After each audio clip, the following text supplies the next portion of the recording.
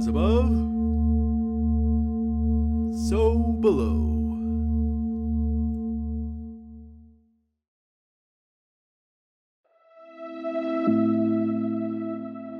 Welcome to Connecting with Coincidence. I am your host, Bernard Beitman, MD. I'm a psychiatrist. I've written a couple of books on meaningful coincidences. Got another one that's in press. It's about my meaningful coincidences, the ones in my life. And it's intended to suggest that you have a lot of them too, and pay attention to them and record them, because as I've learned, you will find patterns in them. And one of my patterns has been involved with trees. And we're going to get with our guest today and talk about nature and healing. And the trees are going to be part of that story. But meanwhile, back at the ranch, please subscribe to this channel. It really helps us get the synchronicity, serendipity message out. I mentioned the book. I've got a book over my book cover over my right shoulder. And one of our guests today, Juliet Trail, helps facilitate the Coincidence Cafe, in which we tell each other coincidence stories, among other things. And you'll find a link to the registration for the Coincidence Cafe below this visual. What you need, maybe, well, I needed something for us talk today for an initial synchronicity, and some guy sent me an email from Ukraine, and he said, on your Psychology Today website, I wrote, when I was 31, I was choking uncontrollably at the kitchen sink in my San Francisco house, although there was nothing in my mouth or throat to cause the choking. 3,000 miles away, my father was choking on his own blood and dying. So then he wrote, on June 1st, 2018, when I was 39 years old, I was also choking uncontrollably at the kitchen sink, even though there was nothing in my mouth or throat that could cause the choking. And at the other end of the city in Ukraine, my father was suffocating from fluid in his lung and dying. Now, this is the first time I've had anybody tell me something this close to what I described. And he wants to be able to see what else there might be an overlap in our lives. And this is a very compelling potential in synchronicities. People who have some of the same experiences, maybe they have more experiences, that some of the same kinds of coincidences. Well, as you can see, we have two guests today. One is my friend and colleague, Juliet Trail, who is the executive director of the Coincidence Project. Her area of specialty is the connection between compassion, nature connections, and coincidences. She is founding director of the Courageous Compassion Connection, C3, offering contemplative practice to diverse people. Our other guest today is from South Africa. Matthew Zylstra is an integral ecologist. Get that, integral ecologist, and outdoor facilitator, passionate about revitalization of the human-nature relationship for health of people and this planet. 20 years of international experience. He's been all over the world talking, among other things, to animals and insects, as well as, I think, some trees.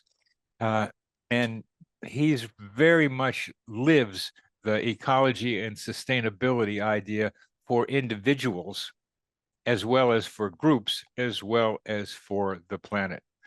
So, Juliet, Matt, welcome to Connecting with Coincidence. And let's start with a coincidence story from Juliet. Okay.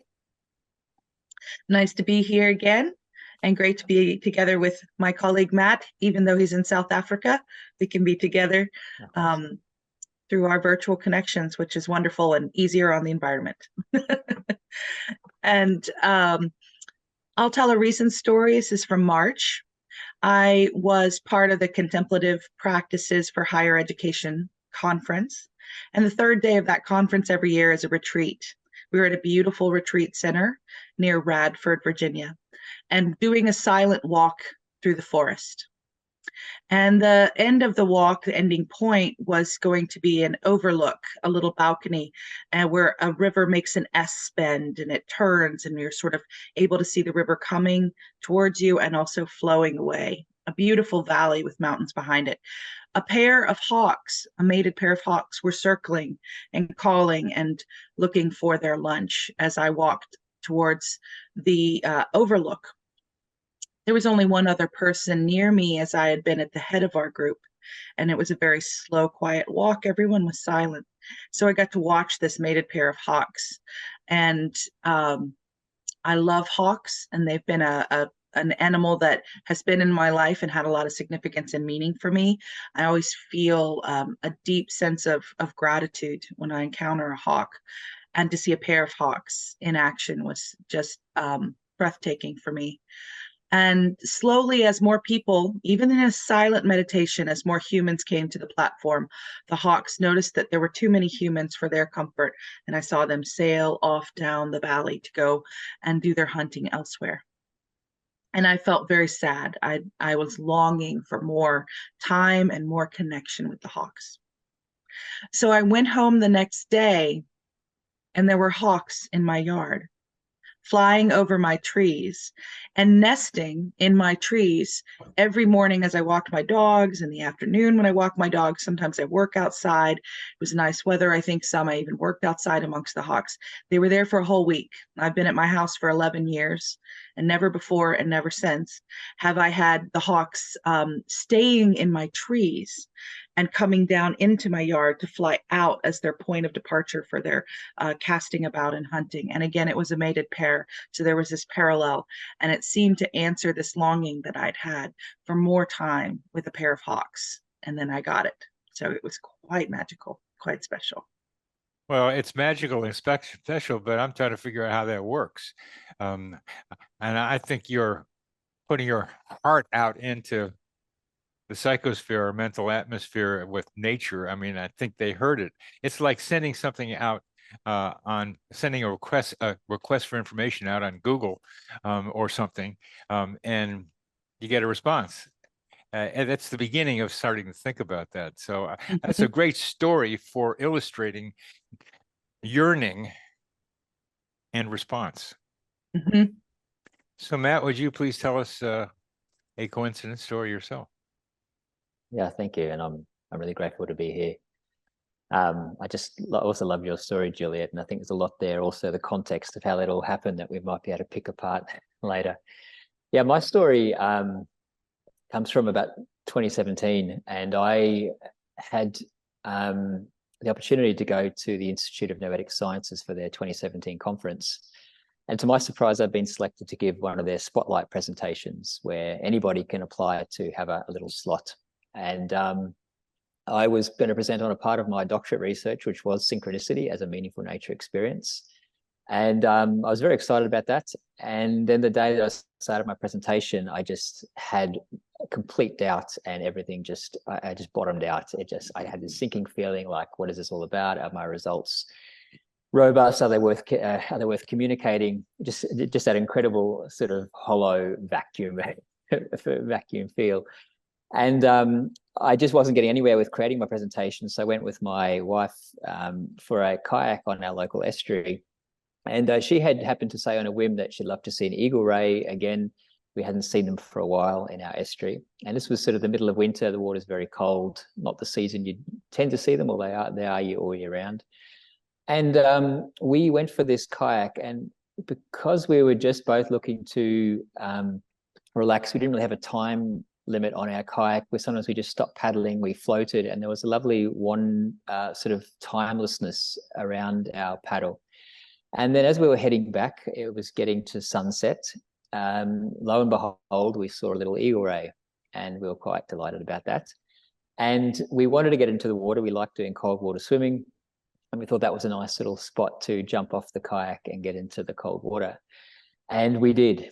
And within moments of doing that, we were just brisked by something, and we were like, what is that? And we're a bit shocked. And we soon found out that it was a juvenile seal. And seals do come into the estuary from time to time, but they tend to keep their distance. And I spent a lot of time in there, and this was the first of this encounter that I'd ever had. And this seal stayed with us. It seemingly was wanting our interaction. It whirled around us. It swam underneath us. It came up. We just couldn't keep up with it. I mean, we just felt so cumbersome as we were trying to, look at it, and I was trying to take some photos. And it was one of the most mesmerizing sort of non-coordinated encounters I've had. I mean, you can do swimming with seals and you just jump in their area and there they are. But this, was this beautiful idea of a visitation. And I mean, we were sort of quite bewildered by the experience. We were shivering in the end, and we had to get out. And this seal just put its head up and started barking and kind of wanting to beckon us back in.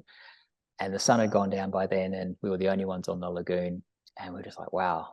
And that then set the tone for this presentation that I ended up giving. And yeah, I mean, maybe there were other and deeper meanings, but for me, it just was, it shook me. I couldn't have had a better experience to shake me out of my doubt, to shake me out of my ruminations, and to give me a little portal for speaking about synchronicity at the IONS conference. So yeah, that's. Well, these are two good stories of interactions between humans and our animal friends. So I'm going to leave it to the two of you who have known each other in the past and have gotten to know each other yet more in other ways. So just tell us where do you want to go with this, with what we have here? We can talk about what aspects of the earth and environment are involved with meaningful coincidence for humans. That was an important question that we could address, but maybe we should start with that.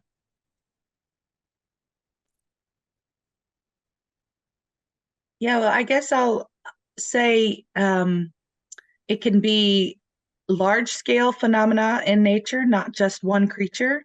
So it could also be weather patterns, encounters with stars and things outside of our even terrestrial environment. So celestial phenomenon sometimes, and certainly clouds and fires and storms sometimes arise or get encountered in ways that are deeply meaningful to people. And there were often myths and legends, and you find storytelling, especially in indigenous cultures living closer to nature, and that still have an oral tradition handing down the stories, the connectedness to nature and how meaningful that was, life affirming and even life giving, to have that connection. It was at the core of how to live, and is still at the core of how to live for a number of tribes, although their numbers are dwindling, just as the numbers of other beings that are not human around the world are being encroached upon and diminished in some ways by human expansion and technology in cities and paving and vehicles and stuff. But you still find this tradition, I think, around the world. And it's easy to think about it, I think, with the birds, insects, the other creatures, the mammals, the swimmers, like the seal and the ray in Matt's story. And many of us have meaningful encounters also with trees or with other plants, and maybe even plants in our own household, so they could be domesticated, and meaningful connections with non-human entities, plants and animals in our homes is another form where people may see them and still have these experiences, even though we live in a way that's much more disconnected from nature than humans traditionally lived. And certainly when we're out and about, I think everything is ripe for the possibility of a meaningful encounter, and a synchronicity being something that comes together in time and arrives in a way that has meaning for us, and that can be considered a synchronicity. So it's always up to us to determine what we think is meaningful. So that's my thought on that. I'll turn it to you, Matt. Yeah, thanks, Juliet. I like what you said about pointing out these other elements of nature and the celestial elements. And that's something which has been of quite I've been quite curious about that lately. For me, I mean, my biggest experiences, most powerful experiences, the ones that I've researched, you know, is the animals. But I have had friends, I've had stories that I've looked at. Obviously, we know you, Bernie, as well, have had some powerful experiences with trees. I do have one particular plant that I feel has a bit of an attitude that I have a sense, you know, always seems, yeah, it's just interesting. I've never had a plant like that, but there's one that something seems to drop in whenever I'm near it. But this celestial stuff starts to mess with our ideas even more. And it's come to the fore for me recently because I've had a couple of friends who've lost their father. And I've, you know, had correspondence with them during that process, and the heightened perception, the rawness, this feeling that the veil between themselves and the other world has disappeared. And if anyone has lost a loved one, I'm sure everyone has, they may be able to relate. And what was curious in their sharings was feeling very close to spirit or close to luminosity, and the appearances, and some of those appearances were rainbows, you know, were weather patterns. And I've often been quite bewildered myself when at a particular time in, say, meditation or a yoga practice or at something, the sun just sort of comes through and you know, beams one up, and it is this sort of, you know, smile from the universe, I guess, but it really messes with one's mind, you know, because with animals that can have an agency, they can have volition, they have intent. I'm always very curious as to what their impulse is, particularly if they put themselves in danger, like the seal. That's fascinating enough. But when it all sort of combines and we have these elements which seem very much out of our sphere of influence, you know, dance. And, you know, there's a part of that where we're looking for it. I'm very much open to the idea that we're patterning and we are searching for patterns. But there are the sort of the visitations which are harder to say, well, I was patterning for it. It just arrived, sort of uncalled for. Yeah, and I think recently, since our last conversation, Juliet, you know, one of the biggest things for me is understanding this very much in terms of the language of the soul. I think it's really come to the forefront of some of my experiences recently, particularly when we're on these journeys, as your experience was. There was a dedicated time where, you know, presumably there was a space opening. There was probably sort of ceremony. You were entering into you know, possibly imagery and dream work and journaling and reflective. And there's something about that seems to ignite this imagery, these synchronicities, as if it's almost normal when we're in that, when we're in that space. Yeah, I'll actually share a story. So Matt and I co-hosted a speaker series talk for the Coincidence Project that's also available on YouTube. So maybe we can include a link to that in the description of this encounter, in case people want to learn a little bit more, hear more stories from that talk we gave back a few months ago. And this is a story I didn't share there, so it's not on either place. It's a fresh one. I went out a year ago on a 10-day retreat in nature at the Rocky Mountain Eco-Dharma Retreat Center. And it really speaks to this connection between soul and spirit and contemplative work and the natural world really nicely, as Matt was just bringing up. Eco-Dharma is an emerging philosophy amongst Buddhists that we need to be more connected again with the natural world. As I mentioned, humanity was typically, in most of its existence, deeply interconnected, embedded, part of, one with the natural world. It's only quite recently, in the last few hundred years, we've become quite so disconnected. Eco-Dharma philosophy is that we can learn from nature. It teaches us, it even taught the Buddha. The Buddha went to sit under a tree where he received enlightenment.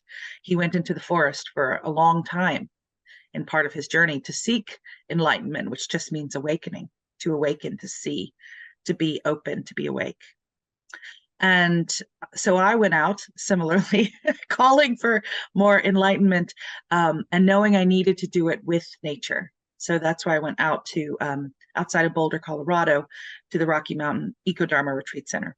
And during this period, there's a 2-day, 2-night solo time where you don't interact with any of the other humans on retreat. And they give you prep and people bring the right equipment to handle that. So I was going to be camping and alone by this beautiful little riverbed and not interacting with humans. I've done several vision quests in honoring that Native American tradition of vision questing. And so I was familiar with this process. We had ceremony to bid each other farewell, and we wouldn't see each other until the third day hence. And I was just walking from the retreat center with my food. The last thing I needed to do was get my food and take it to my campsite in my bear can. And I was walking very quietly in the dusk. It was getting quite dark. I think I had my little helmet light on to aid my footing down the rocky mountain path to my campsite. And I was just feeling that I had stepped through a veil. Part of Vision Quest is that you create a threshold and you walk through it. And at that point, you're not one with the human world anymore. You're one with the everything else world, spirit and nature together. And I had felt that in the ceremony we had to go to this solo time. And walking slowly, a mouse ran directly across my foot on the path. And I stopped, and the mouse stayed nearby the path and was just doing its thing. But it treated me as if I was not at all separate from its natural environment. And normally I didn't see another mouse the entire time. You know, mice can be pretty fearful. They have to be on guard because they're prey for so many other beings. And I was suddenly accepted. And I had felt this sort of opening myself to being more of nature than of humanity. I felt that shift in myself. I'd done it and practiced it before. And so it even felt familiar. Not only that, but right after the mouse ran across my foot, I continued walking, and a moose mom with her child, a young moose, still taller than me, by the way, young moose, still bigger than a human, came out of the forest and were right near me. And moose don't tend to be aggressive unless the mother thinks she needs to protect her child. So I didn't do anything and just stood and allowed the encounter to happen. I just kept my distance, and they were near me again, as if I was just another tree, just another part of a natural environment, not something they needed to act differently around than they would naturally. They were foraging at night and going towards where they would sleep. And not only that, but I encountered the moose throughout my entire solo time. I kept finding the moose. That was the first time with the moose mom and baby. And then after that, the adolescent moose that was in its first year living independently on that land was around me the rest of my solo time. Everywhere I would hike, there he would be. I came back to my campsite, he's drinking water beside my tent. So somehow I just connected in with the moose on this land, which people sometimes see, but definitely do not always see. So it was that place of stepping into a contemplative way of being with intention to merge, to get reconnected as one with nature. And I got all of this confirmation that yeah, I was in a very different mode. Yeah. Wow. Beautiful. Beautiful. A little bit, something that's a little bit quirky there is that I only just heard of the Eco Dharma retreat this week, and someone sent me a podcast from that retreat this week, actually. So I've just learned of them, and yeah, and it was also very timely for me that they sent it to me, because I've also, after some recent nature experiences, been re-embracing the sort of more meditative Buddhist paths that was a part of my life some years ago, but which I had not given as much attention to. So, and I do think that mindfulness practice, which comes through the Buddhist and sort of Dhamma path, is very important to go hand in hand with synchronicities. I think it does help us keep, because at least this language, some of this language of the underworld, some of this soul stuff, I mean, synchronicities can really give us a shake. And I think there's been a temptation in my life, and I've seen in others, to chase the synchronicities. Well, firstly, you can get very, you can get knocked off the path by them, and they can be quite fearful. They might be demanding big changes in your life. You know, particularly if you're on these sort of experiences and you encounter an animal which would normally give you fear, you know, how are you going to react to it? And the mindfulness practices help to ground us in those experiences and not to be beaten off course too quickly. So that's one reason. And I think also as they might nudge us to make changes in our life, and if we do see some of these synchronicities as a calling of soul, and that's a signpost to get back into what could be our deeper purpose in life, that that they help us to keep observing these changes as they are, and I think it gives us a sort of an unwavering commitment to that path without being too I'm getting too caught up in them, whether, you know, I guess maybe overanalyzing them sometimes, but also just saying, what am I going to do about these things? It's asking me to do this, and how am I going to do that? And for me, I've found that the mindfulness and meditative thing is both a prompt and a precursor for more synchronicities, as well as being an anchor to help ground them when they do arise, and sort of coming back to the, you know, to the true questions, and also there when they don't arise. You know, synchronicity for me is an incredible portal, particularly when it's with nature, to opening our connection with nature, to wanting to find a practice, to exploring, to changing our worldview. But I've had times, and I know friends have had times, who I think we're looking and waiting too much for the synchronicity to happen, and then sort of saying, why is it not? And we're yearning for it.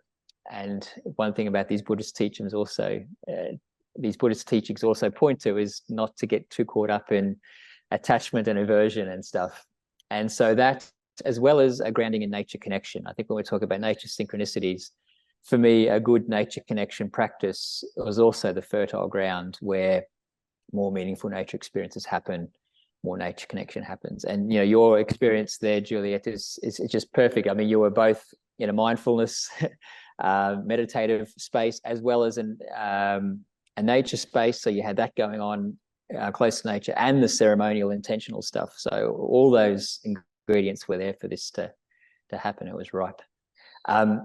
An interesting experience that happened for me since our last chat was, if anyone watches the speaker series, I alluded to a recent synchronicity of running a youth outing where we played a game where one person had to be the otter, the other person had to be seagulls, and we're with youth, and we're all loving that and having a laugh. And then we stopped to take a break, and we looked out, and there was an otter crossing the river mouth where we were. And the beautiful thing I say about that experience was, not only was it intersubjective, multiple subjects experienced it, but an outwardly objective observer could have seen the game and seen the otter and gone, wow, that was uncanny. But there's an addendum to that.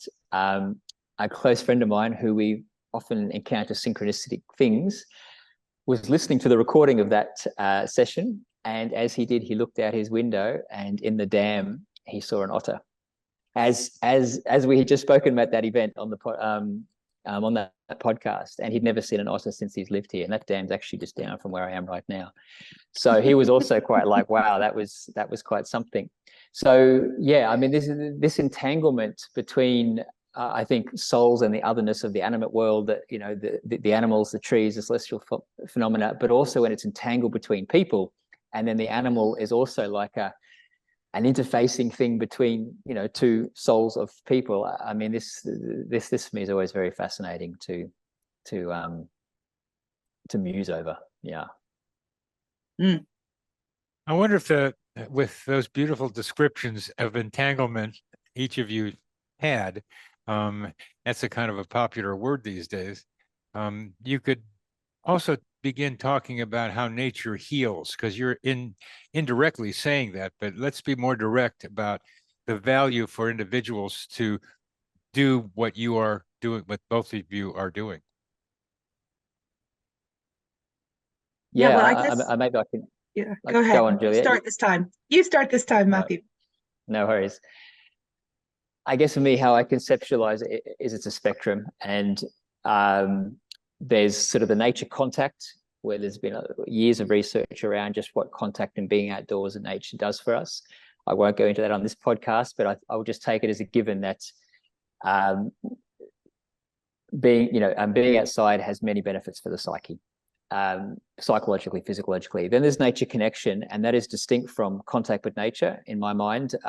It's not just contact with nature, but the nature of the contact. What are we doing there? Are we noticing? Are we using our senses? Are we slowing down? How are we engaging? And that's a lot of my work these days, is looking at the well-being benefits and the therapeutic benefits of that. And then, you know, I wouldn't usually go beyond that, but for this podcast, there is that next level of the spectrum, and that's the synchronistic side of things, which I believe can have amplified healing benefits, you know, beyond those other two. But it's not always easy to get that to that last one. We may be gifted an opportunity, but sometimes the precursor is actually spending more time in nature, then engaging in a mindful, conscious way, and then sometimes those other experiences appear. If I start with the connection side of things, beyond all the benefits of contact, feeling more connected with nature, and it's a feeling, it's a worldview, it's a knowledge of place. This constructive connection, there's quite a lot to it. It's a relationship. I mean, the word connection doesn't always work for some people, but it's understanding nature as if it were another human and how we relate. But some of the unique benefits of nature connection is that it tends to make people more happier. It gives us more resilience to stresses. It tends to be a better regulator of our emotional and nervous system. And it, importantly, more than just contact, it is more likely to motivate pro-nature behavior, pro-conservation behavior, pro-environmental behavior. And these are all backed by an increasing number of scientific studies. There's a lot of evidence now for this. The synchronicity, that for me is really quite special in that it more than just, so when I did my research, I found that people who are more connected with nature were more likely to experience synchronicity, and people who are more experiencing synchronicity were more likely to be connected with nature. There was an interplay there. And the synchronicity is really breaking down those barriers. It's not putting animals and trees and that out there. It's all of a sudden saying, oh, hang on a sec, I'm in relationship, there is kinship. There's something that can adjust the worldview. And we know that with synchronicity with people, but I think it also helps turn, when it's with people again, we can be we can stay in that anthropocentric sort of a whirlpool a little bit, that it's all about us and it's sort of human adoration and so forth. Whereas it takes us out of that, and it really becomes an emotionally bonded experience. You know, there's something there that we start to bond with this other in nature in a different kind of way, that heart sense. And a big part of the healing is the sense that we're not alone. I mean, loneliness is now one of the biggest ailments in society. I think Japan has a ministry of loneliness. I think there's even a minister for loneliness in the UK. And these synchronicities with nature start to alleviate that. It goes beyond the isolation. And lastly, and this is the whole big thing in itself, which we've already spoken to, is that if we take that as being a language of the soul, they can be signposts for rediscovering who we are and ourself. And that can be the biggest part of the healing that there is. Once we start to interpret these experiences as messengers of our inner psyche, of our soul, we start to go, oh, hang on. And that, at least for me and for others I've seen, has been a big part of the journey toward recalibrating to a more authentic way of living. Yeah, thanks. And I'll add to that, the loneliness and depression and all kinds of mental health ailments are just staggering. They're becoming one of the top causes of death, that related to things having to do with depression, suicide, mental health, well-being. The World Health Organization in 2022 declared mental health one of the top medical concerns globally. So humans are not doing well, and humans are not behaving particularly well. And I think we see that even in people that we love, in members of our family and our community, when people are suffering and struggling and really not doing well emotionally, they tend to not behave very well. And the behaviors of humans are having a very massive negative impact on the natural world. And we only have this one world to live on. So destroying our own habitat is not a good idea. In fact, it's the worst idea ever if we actually want to continue as a species to survive. So if we want to begin addressing why human culture, human activity is so negative towards the environment, we can trace it back somewhat to our emotional and psychological well-being, which is also poor. that there's a bad state of being and then bad behavior. And perhaps the remedy lies in looking at the flip side. Then what could create better behavior? What could create better mental health? And I bring that up because, it's more grounded concern. It sounds more scientific language. And then I'm going to take it right over to the spiritual, because I've been trying to build this bridge between the scientific and the contemplative in my work for a number of years now. And that a lot of that suffering comes because we feel so lonely, so isolated, and separate from. So simplify the language to just feeling so separate from. And when we have these synchronistic experiences, things coming together in the natural world in a way that is deeply meaningful, we're not at all separate from that phenomenon. We're not separate from that otter, not separate from that seal. I wasn't separate from the mouse that ran across my foot and then sat right next to me on the path and started munching something. That mouse and I were absorbing and sharing, even electrons for the physicists, and certainly our energetic field, we were not separate. I was not separate from the night, and I was not separate from anything in the night. And then the mother moose and her child coming to finish eating and settle down and go sleep. We just weren't separate. And humans through most of our history were not separate. We talk about nature connection as if we're outside it, so then we need to connect to it, but it's just because we have a limit in language. It's hard to talk about not being separate. The words themselves begin to separate us. When we say, me, I am this thing, this human, this person, something called Juliet, all these nouns, all these words separate me from everything else. So language itself separates us. And these experiences go beyond language. They're so deeply meaningful. Like when you and your wife were in the estuary and something shot through and you're like, what? And then all of a sudden it's a seal that just can't wait to make you members of its family that it would be playing with and interacting with and barking to say, come back, don't leave. I want to play more. Like a best friend on a playground when you were children. Don't leave, I want to play more, and to feel that connection. It is artificial and untrue to say we're separate from nature, but it's the reality most people live in.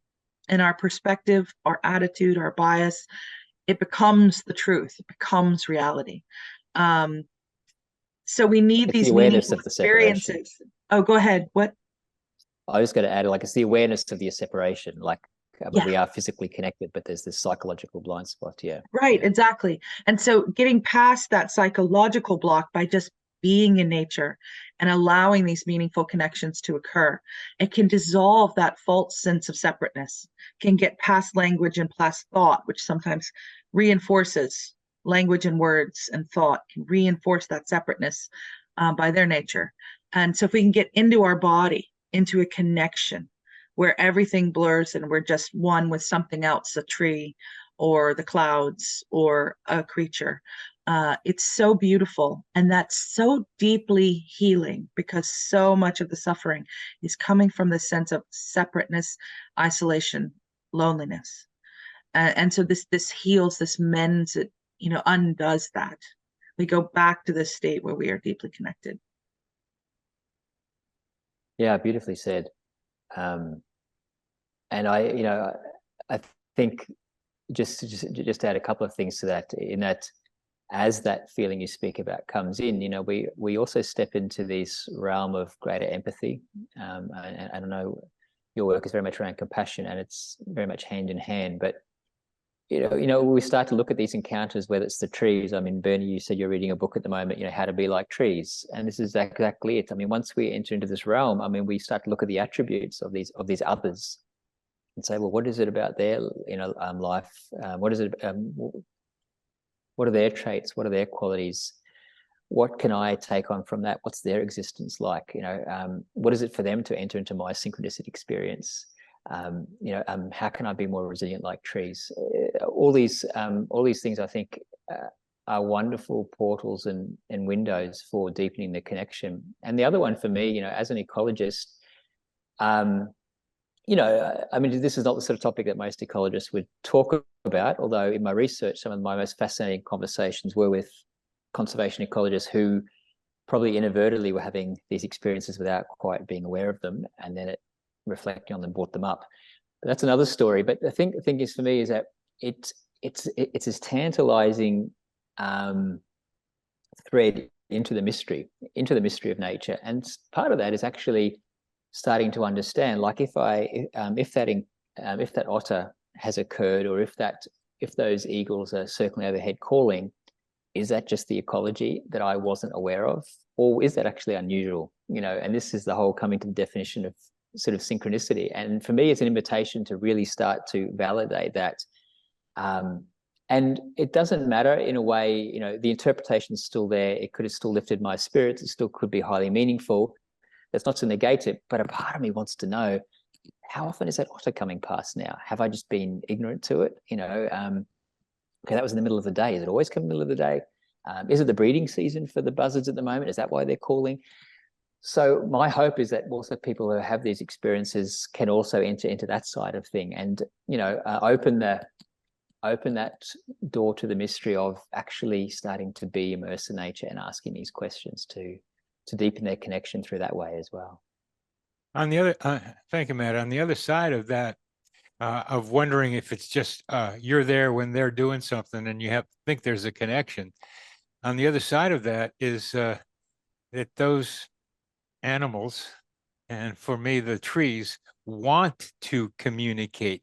They have an intention as well, and they like to have the interaction with us, the moose, the seal. And the seal was more than just playing. The seal helped you become more confident in yourself, which is part of good playing, when you get to feel like, okay, I'm a little clearer about that. And the moose just made you know you were really out there, Juliet, especially the adolescent following you around. They want to, we'll use the word connect, and I think we're connected, but we don't know it, is an important idea.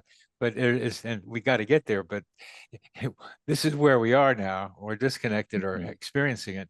So please talk about please let us know from the animal's perspective, the birds and the moose and the seal, and what are they up to?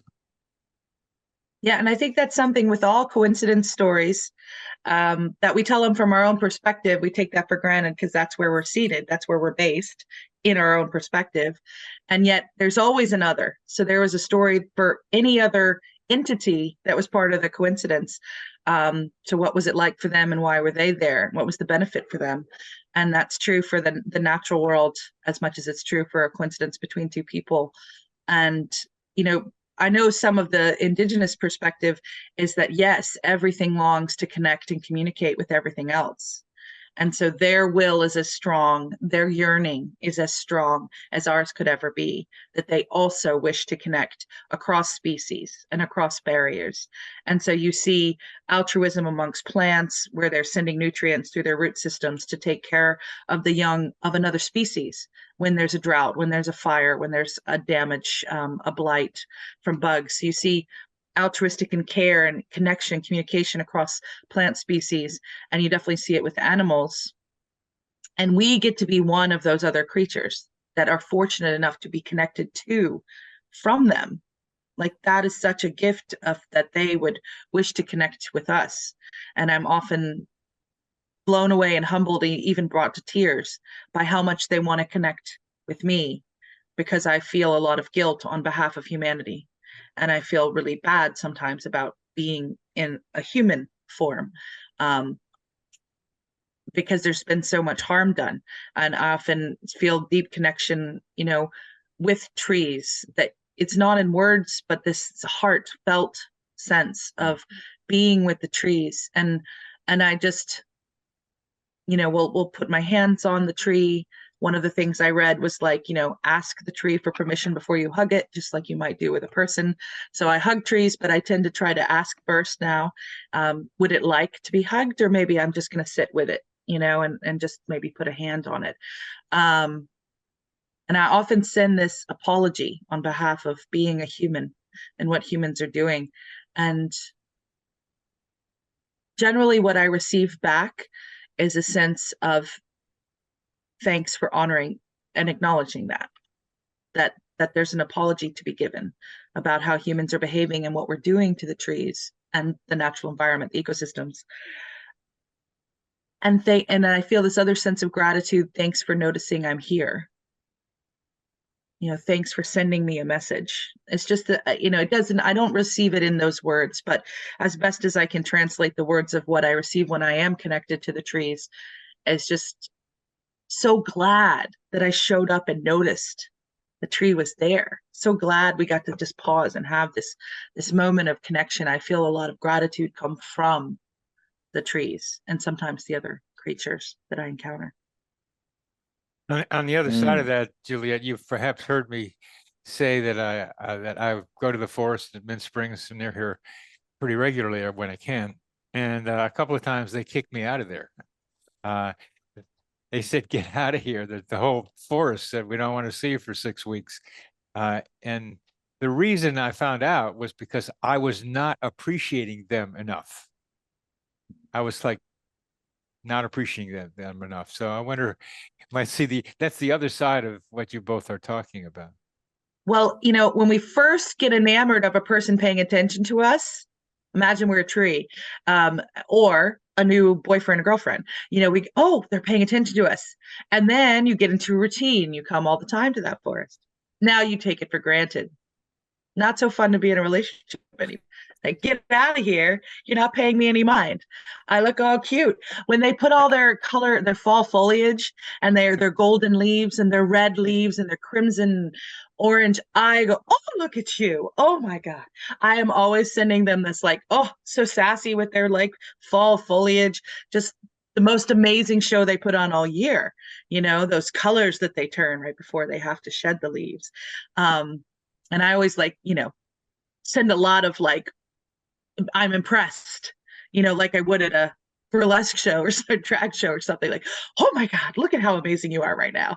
And I can see that the forest might be like, we're over you, get out of here. You're just taking us for granted now. So, to want to renew the relationship and want to keep having that sense of seeing them and staying alert and aware and open to them, not getting so stuck in our own heads, which as humans, man, do we do that well. So to stay out and be more oriented on them, I can see that, because they got their side of the relationship too.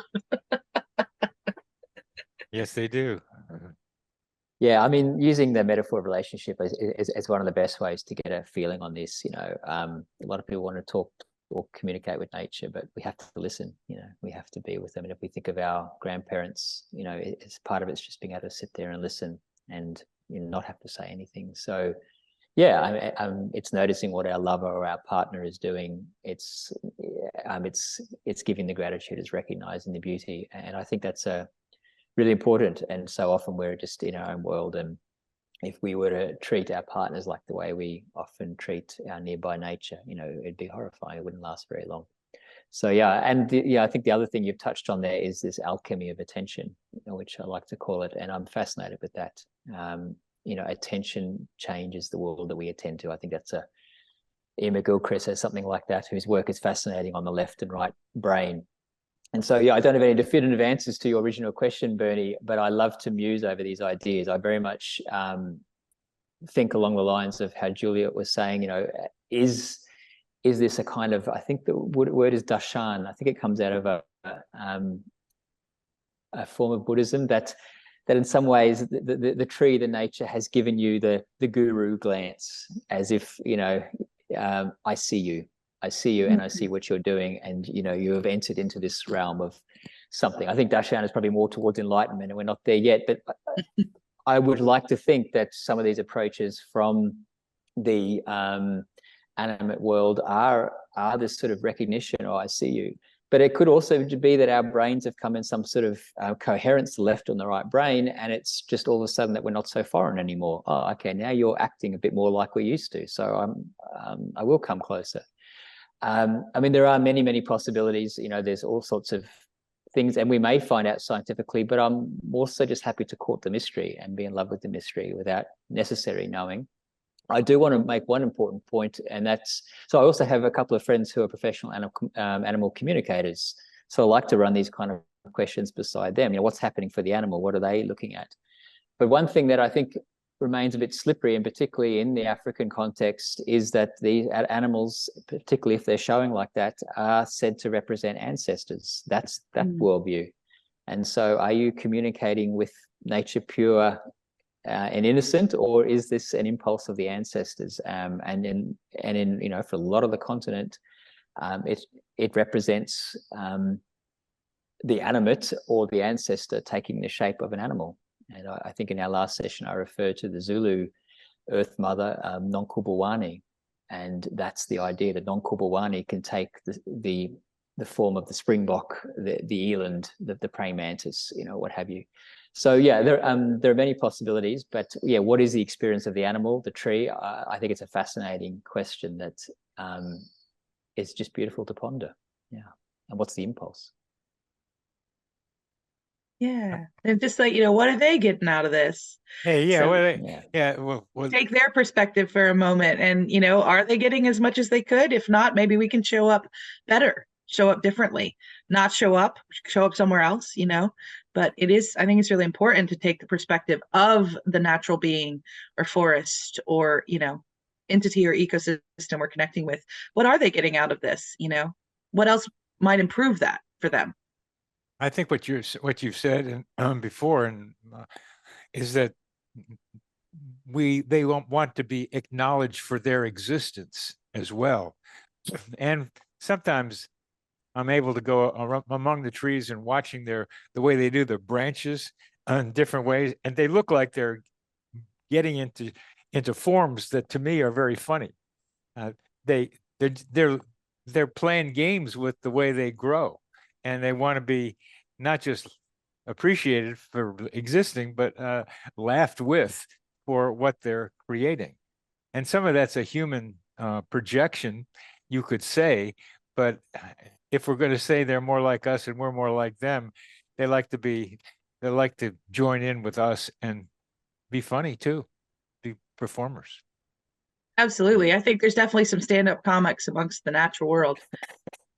They're just hilarious. They're just there to make people laugh. Same way the cut up in class might have been there to make kids laugh. I see entities in the natural world. You just have to sometimes I just sit on the ground with belly laugh, like tears coming out of my eyes. Like some stuff that nature does is amazing.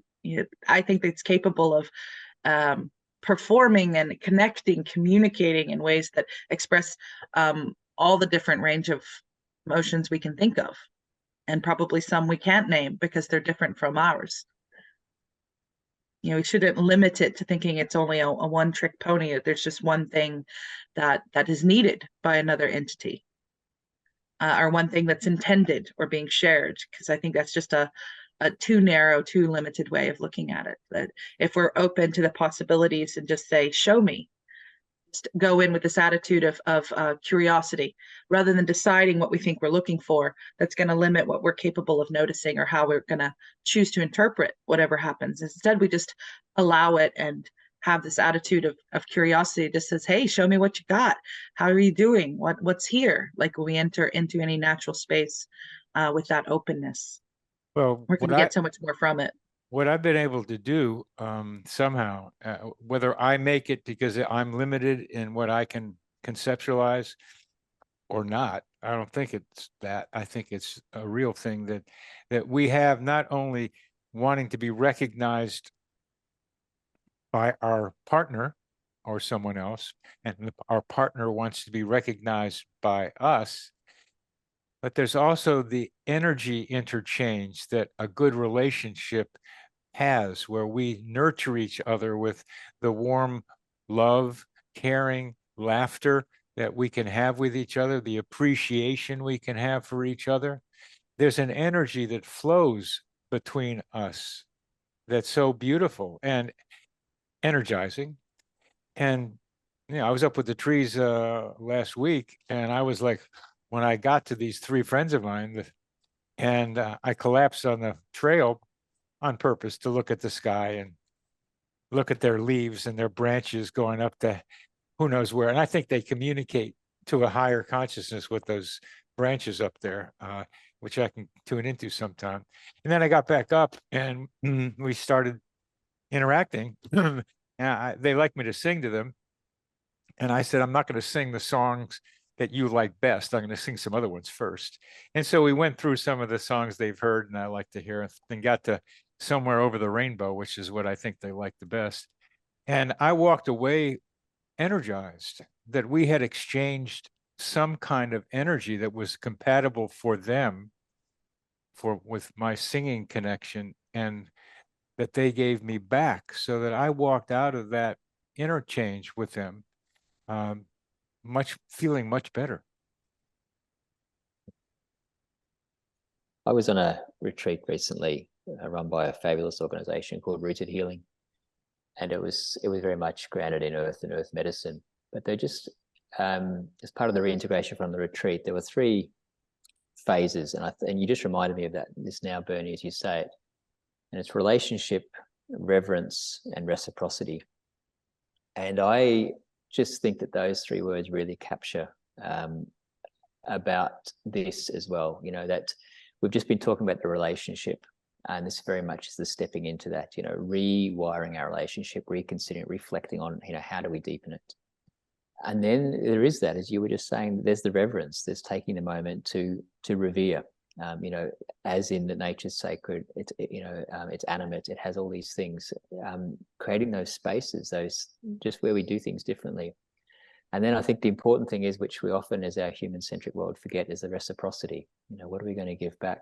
And it may not necessarily be material. It could be the prolonged attention. It could be the beauty, as you spoke about, Juliet, like the praise. It could be the singing. I mean, there are different ways of being reciprocal. And in our current materialist paradigm, it's sort of switching off the lights and you know, buying an electronic vehicle. But that need not be reciprocity. And I think we're invited here to think about, well, what is a meaningful way to, you know, to give back for all the gifts and all the blessings that, you know, that Earth gives us every single day, particularly these moments of transcendence and I think, you know, a ripening transformation, if you will. Well, And I love that notion of the reciprocity, the full system, you know, that we're created, we're like in a loop, and it's going and it's coming and it's going and it's coming. And we can take their perspective and think about what they're receiving and what they're giving, and take our perspective, what we're receiving, what we're giving. And, you know, I've been leading this practice with groups more often now that I call tree breathing. And it's a breath meditation.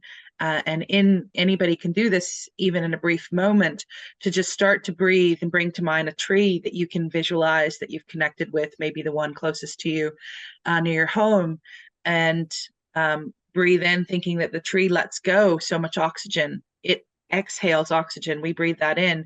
We exhale a lot of carbon dioxide, which they need. They take in, they breathe in our carbon dioxide. So you can just loop the breath to breathe with a tree, and you can breathe with a plant in the house, or you could breathe with the forest. And that felt sense of breathing with, when a midwife is helping a mother to give birth, and the partner that might be there, everyone is trying to do the breath practice together, to breathe with, to allow something amazing to unfold, to connect with the breath, is can be really powerful.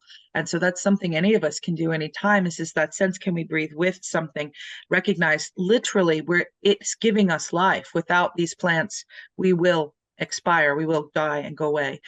We have to have this environment, because we are breathing in what they exhale, and they are taking in what we exhale, along with sunlight, for their survival, and water. And we also need the sunlight, the water, and the breath from the trees. So it's a real tangible way to experience and participate with your intention, your attention, to participate knowingly in that reciprocity that's going on all the time. And can be quite profound. Can be quite profound. We've come to the end of our time together, and one of the ways I'll summarize what we talked about is you, me, and us. And then sometimes there's only us. I mean, there's only the relationship. So as we close for today, I'm going to ask each of you to make a closing comment, and then we'll say au revoir. Juliet? Well, I love that notion of relationship, reverence, and reciprocity. So I'm going to keep that with me, and I hope others that have viewed this program will write that down and think about that and take it with them in nature, or interacting with the pets in their home or the plants in their home, however we can interact, just to connect more deeply. And as soon as we find it meaningful, those connections, there we have synchronicity. Well, I second that. And I think just to say that it doesn't need to be a big step into that. It can just start with the little steps. And the little steps is noticing, just starting to notice every day and every moment the more than human world around us. And as we begin to notice those little moments, we'll start to form the patterns and the connections. And that constant noticing, that ability to give mindful attention will, without a doubt, start to provoke these synchronicities. So yeah, it all starts with the desire to deepen the connection. Yeah. Well, thank you, Matt Zylstra and Juliet Trail. This has been a wonderful discussion, and I hope we'll be bringing those who listen and watch more deeply into recognizing that not only are trees people, but we're trees ourselves, that we have characteristics of the seals and the hawks. They are in us as well as we are in them. So thank you both very, very much for being with me today. Thank you too. Thank you too both. This psychosphere is our mental atmosphere, like a hologram of cosmic consciousness.